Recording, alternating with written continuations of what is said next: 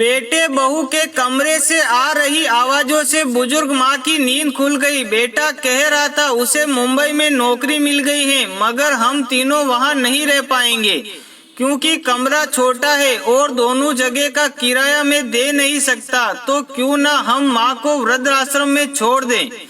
बुजुर्ग माँ भीगी आंखें लिए सोचने लगी। अभी साल भी नहीं हुआ बेटे की शादी को और बहू ने उस पर अपना रंग चढ़ा दिया।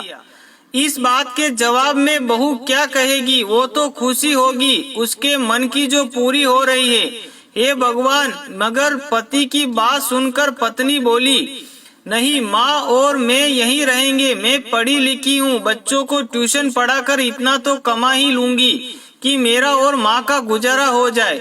और आपने ही तो बताया था कि माँ ने आपको लोगों के घरों में काम करके पढ़ाया था। सोचो अगर माँ भी आपको किसी अनाथ आश्रम में छोड़कर अपना जीवन शुरू करती तो आज आप कहाँ होते। और फिर जब आप वहाँ सेटल होकर बड़ा कमरा ले ले तो हमें भी बुला लेना।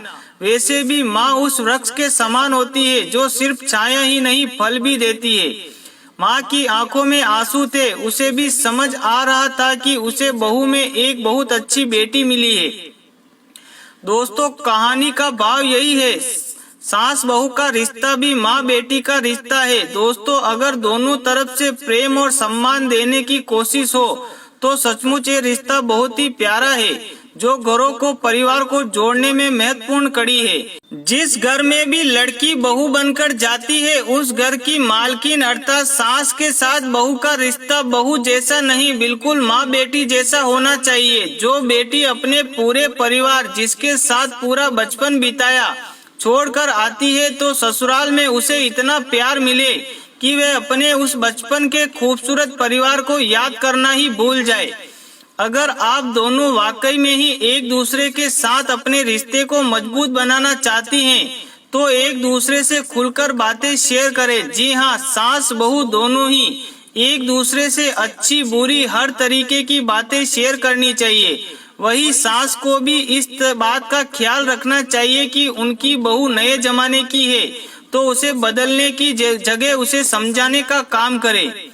आदर्श बहू वही होती है जो ससुराल आते ही अपनी सासू माँ को घरेलू जिम्मेदारियों से पूरी तरह मुक्त कर देती है और उस पर बस एक ही जिम्मेदारी रह जाती है कि वह तिजोरी की चाबियां संभालने की जिम्मेदारी।